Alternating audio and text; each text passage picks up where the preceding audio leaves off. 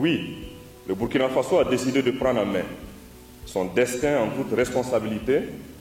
du fait que la CEDEAO s'est éloignée des idéaux de ses pères fondateurs et s'est transformée en instrument de menace contre des pays qui l'ont fondée. Cette décision pourrait certes soulever des inquiétudes et des questions légitimes au sein du secteur privé, mais nous sommes conscients des défis auxquels il nous faut faire face pour assumer cette décision et nous vous rassurons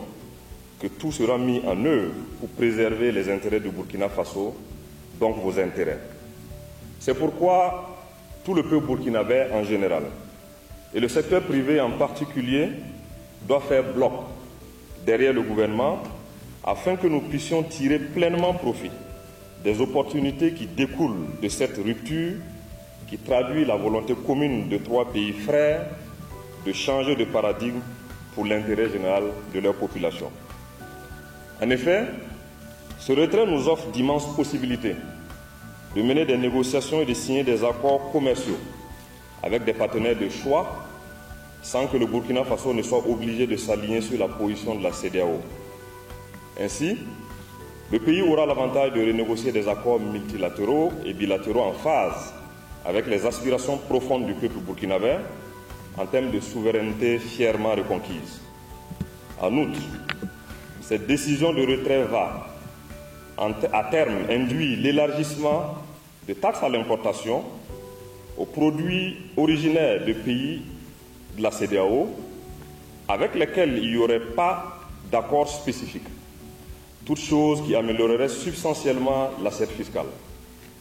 Un autre avantage, et non des moindres, l'opportunité qu'offre cette décision en termes d'accélération de la dynamique de développement endogène amorcée par notre pays et qui est soutenue par des politiques internes d'accroissement de la production et de la transformation nationale et du consommant burkinabé. Par ailleurs,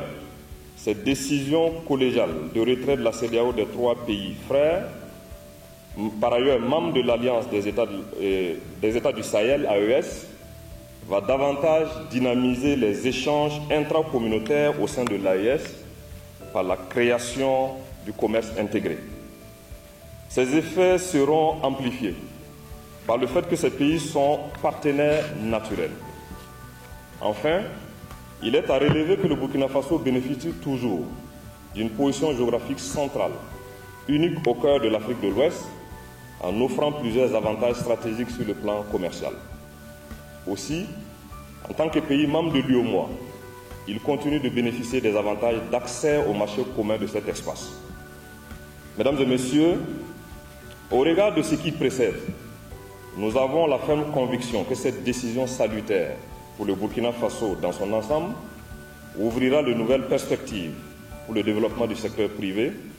notamment par le renforcement de la compétitivité de nos entreprises et l'amélioration de leurs capacités d'innovation.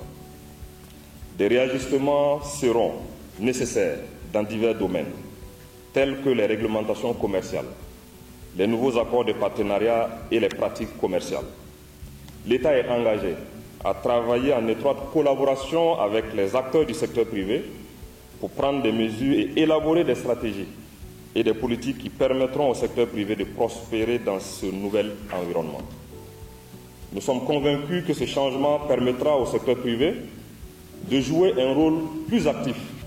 dans le façonnement de l'avenir économique du Burkina Faso. La participation active de tous dans ce processus est vivement attendue afin de garantir l'atteinte des objectifs de pleine et entière souveraineté que notre pays poursuit pour le bien-être de tous. Vive le secteur privé burkinabé soudé derrière le gouvernement, la patrie ou la mort.